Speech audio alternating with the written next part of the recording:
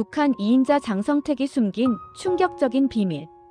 파리에서 발견된 시신의 정체. 여러분, 오늘 제가 여러분께 들려드릴 이야기는 정말 충격적입니다. 북한 권력의 최정점. 김정은의 바로 옆에서 권력을 휘두르던 남자 장성택. 2013년 12월 그가 개 120마리에게 물려 죽었다는 소문과 함께 처형되었을 때 전 세계가 충격에 빠졌습니다. 하지만 여러분은 아십니까? 그보다 7년 전 장성택에게는 이미 엄청난 비극이 있었다는 사실을. 2006년 8월 프랑스 파리의 한 아파트. 이틀 동안 아무도 찾지 않았던 그 방에서 발견된 차가운 시신 하나. 그 시신의 주인은 북한 최고 권력층이 철저히 숨기고 싶어 했던 장성택의 외동딸이었습니다. 도대체 무슨 일이 있었던 걸까요? 왜 북한 로열 패밀리의 공주는 파리에서 홀로 죽어야 했을까요? 지금부터 그 충격적인 진실을 파헤쳐 보겠습니다. 북한 로열 패밀리의 숨겨진 공주 장금송. 이 이름을 들어보신 분이 계신가요? 아마 거의 없으실 겁니다. 북한 당국이 철저히 숨겼던 이름이니까요. 1976년 혹은 1977년. 정확한 출생연도조차 불분명한 이 여성은 대한민국의 그 누구보다도 특별한 혈통을 가지고 태어났습니다. 아버지는 장성택, 북한의 실세 중의 실세. 어머니는 김경희, 김정일의 친여동생이자 북한 권력의 핵심. 그러니까 장금송은 김일성의 직계 증손녀였던 겁니다. 북한에서 이보다 더 좋은 신분이 어디 있겠습니까? 하지만 여기에 비극의 씨앗이 숨어 있었습니다. 김경희는 심각한 심장질환을 앓고 있었습니다. 장금송을 출산한 후 더 이상 아이를 가질 수 없었죠. 외동딸. 부모의 모든 기대, 모든 사랑, 모든 압박이 한 사람에게 쏟아졌습니다. 상상해보세요. 김일성의 증손녀로 산다는 것을. 한 발짝 나갈 때마다 경호원이 따라붙고 한마디 말할 때마다 체제를 생각해야 하고 친구 하나 사귀는 것도 성분을 따져야 하는 삶을. 평양의 호화로운 저택에서 자랐지만 장금송의 삶은 황금 세장이었습니다. 그리고 2000년대 초반 그녀에게 탈출구가 생깁니다. 유학. 당시 북한 고위층 자녀들은 앞다투어 해외로 나갔습니다. 스위스, 프랑스, 영국. 장금송이 선택한 곳은 빛의 도시 파리였습니다. 파리의 유혹, 그리고 금지된 사랑. 파리. 자유, 낭만, 사랑의 도시. 북한의 폐쇄적인 사회에서 벗어나 파리에 도착한 장금송. 그녀가 느꼈을 해방감은 어땠을까요? 처음으로 경호원의 시선 없이 거리를 걸을 수 있었습니다. 처음으로 성분을 따지지 않는 친구들을 만날 수 있었습니다. 처음으로 자유롭게 누군가를 사랑할 수 있었습니다. 그렇게 그녀는 한 남성을 만났습니다. 그의 정체는 정확히 알려지지 않았습니다. 북한 당국이 철저히 감춰버렸으니까요. 하지만 한 가지는 분명했습니다. 그는 장금송이 진심으로 사랑한 사람이었다는 것. 파리의 카페에서, 생강변에서, 에펠탑 아래에서. 장금송은 평생 처음으로 진정한 사랑을 경험했습니다. 그리고 결심했죠. 이 사람과 결혼하고 싶다고. 얼마나 설레었을까요? 얼마나 행복했을까요? 하지만 장금송은 몰랐습니다. 자신의 사랑이 북한 체제가 절대 용납할 수 없는 범죄가 될 거라는 것을. 장금송은 용기를 내어 부모에게 연락했습니다. 제가 사랑하는 사람이 있어요. 결혼하고 싶어요. 평양에서 날아온 답장은 차가웠습니다. 안 된다. 이유는 단 하나. 계급 성분. 북한은 모든 국민을 출신 성분에 따라 분류합니다. 핵심 계층, 동요 계층, 적대 계층. 할아버지가 뭘 했는지, 증조 할아버지가 어느 편이었는지. 3대가 깨끗해야만 좋은 성분이 됩니다. 그리고 김일성 가문과 결혼하려면 성분이 완벽해야만 했습니다. 장금송이 사랑한 남성은 그 기준에 맞지 않았던 겁니다. 성분이 나쁜 사람이야. 그런 사람과 결혼하면 우리 가문의 명예가 어떻게 되겠니? 너를 위한 거야. 성분이 안 맞는 결혼은 불행해. 북한으로 돌아와. 우리가 좋은 사람 찾아줄게. 하지만 장금송에게 그런 말들은 의미가 없었습니다. 파리에서 자유를 맛본 그녀에게 북한의 계급 제도는 더 이상 받아들일 수 없는 족쇄였습니다. 거부당한 사랑, 그리고 선택 530-800. 상상해보세요. 당신이 평생 처음으로 진정으로 사랑하는 사람을 만났는데 부모가 그 사람 할아버지의 성분이 나빠라는 이유로 반대한다면 21세기를 사는 우리에게는 말도 안 되는 이야기입니다. 하지만 장금송에게는 현실이었습니다. 그녀는 반항했습니다. 설득했습니다. 애원했습니다. 저 정말 사랑해요. 이 사람 없이는 못 살아요. 하지만 장성택과 김경희는 단호했습니다. 아니, 단호할 수밖에 없었습니다. 북한 체제에서 김일성 가문이 성분 나쁜 사람과 결혼한다. 그것은 체제의 근간을 흔드는 일이었습니다. 모든 북한 주민들에게 계급 제도를 강요하면서 정작 최고 권력층이 그걸 어긴다면 김정일이 허락할 리 없었습니다. 아마도 장성택과 김경희도 압박을 받았을 겁니다. 딸 교육 제대로 못 시키냐고. 부모와 딸 사이의 갈등은 점점 깊어졌습니다. 전화통화는 매번 싸움으로 끝났습니다. 성분이 뭐가 중요해요? 사랑이 더 중요하잖아요. 넌 아직 어려서 몰라. 세상이 그렇게 호락호락하지 않아. 그럼 저 그냥 여기서 살게요. 북한 안 돌아갈래요. 당장 돌아와. 내가 누군지 잊었어? 장금송은 절망했습니다. 사랑하는 사람도 포기할 수 없고 부모와의 관계도 포기할 수 없었습니다. 그리고 가장 큰 문제는 그녀가 누구인지였습니다. 일반인이었다면 파리에 남아 살 수도 있었을 겁니다. 하지만 김일성의 증손녀가 해외에서 반항한다.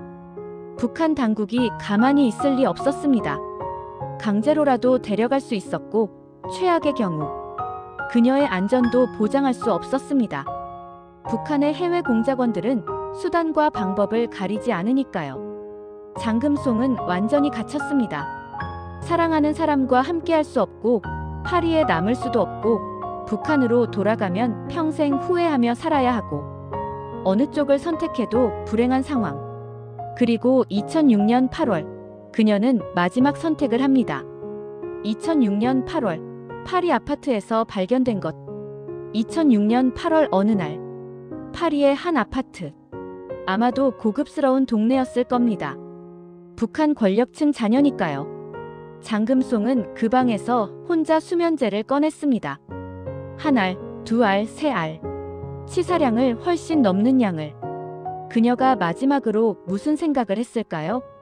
사랑하는 사람의 얼굴을 떠올렸을까요? 부모를 원망했을까요? 아니면 이 모든 걸 만든 북한 체제를 저주했을까요? 우리는 알 수 없습니다. 하지만 한 가지는 확실합니다. 그녀는 더 이상 선택지가 없다고 느꼈다는 것. 수면제를 삼키고 장금송은 침대에 누웠습니다. 그리고 영원히 눈을 뜨지 못했습니다. 충격적인 것은 그 다음입니다. 이틀 동안 아무도 그녀를 찾지 않았습니다. 북한 로열 패밀리의 딸이 파리 한복판에서 이틀 동안 방치되어 있었다는 겁니다. 경호원은, 감시자는, 북한 대사관 사람들은 다들 어디 있었던 걸까요? 결국 그녀를 발견한 건 운전사와 가정부였습니다. 문을 열었을 때 그들이 본 광경은 상상하기도 끔찍합니다. 30세도 채 안 된 젊은 여성이 차갑게 식어있는 모습. 뉴스는 조용히 묻혔습니다. 북한 당국은 이 사건을 철저히 은폐했습니다. 김일성의 증손녀가 자살했다는 사실이 알려지면 체제에 큰 타격이니까요. 프랑스 경찰도 조용히 사건을 마무리했습니다. 외교 문제로 번질 수 있으니까요. 장금송의 시신은 서둘러 처리되었고 그녀의 죽음은 역사에서 지워질 뻔했습니다. 하지만 완전히 숨길 수는 없었습니다. 몇 년 후 북한 탈북자들과 해외 언론을 통해 이 충격적인 사건이 조금씩 세상에 알려지기 시작했습니다. 장성택의 딸이 파리에서 자살했다.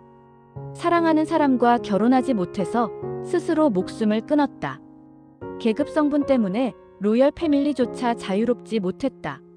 세상은 충격에 빠졌습니다.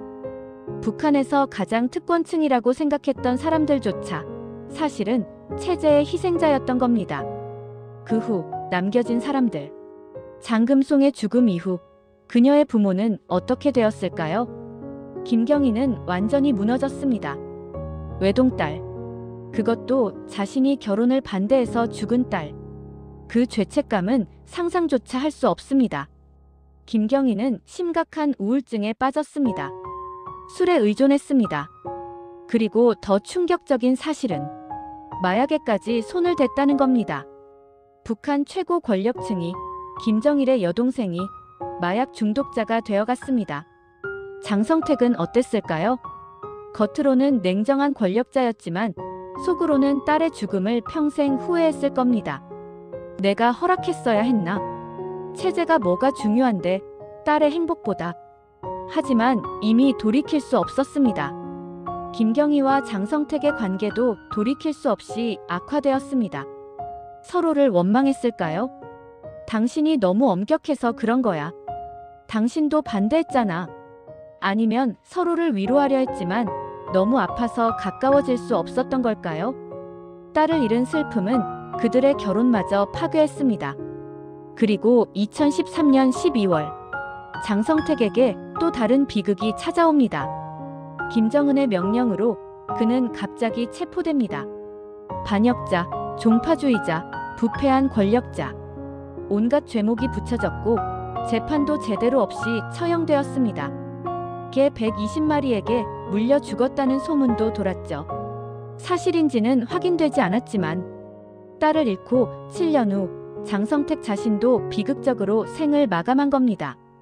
김경희는 그녀의 운명은 더욱 불분명합니다. 한동안 생사조차 확인되지 않았습니다. 남편이 처형된 후 그녀도 숙청되었다는 소문이 돌았죠. 하지만 최근 몇 년간 간간히 공개 석상의 모습을 드러내며 생존이 확인되었습니다. 하지만 그녀가 어떤 삶을 살고 있는지는 아무도 모릅니다. 외동딸을 잃고 남편마저 처형당한 여성. 김정일의 여동생이라는 이유로 목숨은 부지했지만 과연 살아있다고 할 수 있을까요? 이 비극이 우리에게 말해주는 것. 여러분, 장금송의 이야기를 들으시면서 무슨 생각이 드셨나요? 북한은 정말 끔찍한 나라구나라고 생각하셨나요? 맞습니다. 하지만 그것만이 전부는 아닙니다. 이 이야기는 더 깊은 진실을 보여줍니다. 북한에서는 최고 권력층조차 자유롭지 못하다는 것. 겉으로 보기에 모든 걸 가진 것 같은 사람들도 사실은 체제의 노예라는 것. 장금송은 김일성의 증손녀였습니다. 평양 최고의 저택에서 살았고 해외 유학도 갈 수 있었습니다. 하지만 정작 가장 기본적인 것, 사랑하는 사람을 선택할 자유는 없었습니다. 그렇다면 일반 북한 주민들은 어떨까요? 매일 배급을 못 받아 굶주리고 탄광과 농장에서 강제 노동을 하고 잘못된 말 한마디에 정치범 수용소로 끌려가는 사람들은 그들에게는 자유가 있을까요? 장금송의 비극은 우리에게 묻습니다. 사람이 사람답게 산다는 건 뭘까요? 진정한 자유란 뭘까요? 사랑할 권리, 선택할 권리, 행복을 추구할 권리. 이게 정말 특권일까요? 아니면 기본권일까요? 북한 체제는 계급성분이라는 이름으로 사람을 분류합니다. 할아버지가 뭘 했는지에 따라 손자의 인생이 결정됩니다.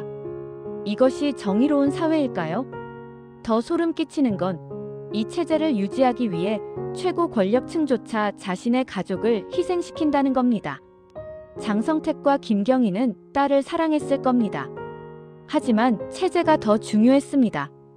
그 결과는 딸의 자살, 가정의 파괴, 그리고 결국 자신들의 비극. 체제를 지키려다가 모든 걸 잃은 겁니다. 2006년 8월 파리의 한 아파트에서 차갑게 식어간 30세 여성. 그녀는 단지 사랑하는 사람과 결혼하고 싶었을 뿐입니다. 21세기를 사는 우리에게는 너무나 당연한 소망. 하지만 북한 로열 패밀리에게는 불가능한 꿈이었습니다. 장금송의 이야기는 세상에 거의 알려지지 않았습니다. 북한 당국이 철저히 은폐했으니까요. 하지만 우리는 기억해야 합니다. 이 비극이 단지 과거의 이야기가 아니라는 것을. 지금 이 순간에도 북한에서는 수많은 장금송들이 고통받고 있다는 것을. 사랑할 자유가 없는 사람들, 선택할 권리가 없는 사람들, 심지어 먹을 권리, 살 권리조차 보장받지 못하는 사람들. 장금송은 파리에서 자유를 맛봤기에 더욱 절망했을 겁니다. 아, 세상에는 이런 자유가 있구나. 그런데 나는 왜 누릴 수 없지? 그 절망이 그녀를 죽음으로 몰아간 겁니다. 여러분, 우리는 얼마나 자유로운가요? 우리는 너무 당연하게 여기는 것들이 누군가에게는 목숨을 걸어야 하는 꿈이라는 걸 기억해야 합니다. 오늘 이 영상이 충격적이셨다면 좋아요와 구독 부탁드립니다. 그리고 더 많은 사람들에게 공유해주세요. 장금송의 이야기를, 그리고 북한의 현실을 더 많은 사람들이 알아야 합니다. 다음에도 더 충격적이고 의미 있는 이야기로 찾아뵙겠습니다. 여러분, 우리가 누리는 자유에 감사하며 살아가시길 바랍니다. 그리고 아직 자유를 얻지 못한 사람들을 잊지 마시길. 감사합니다.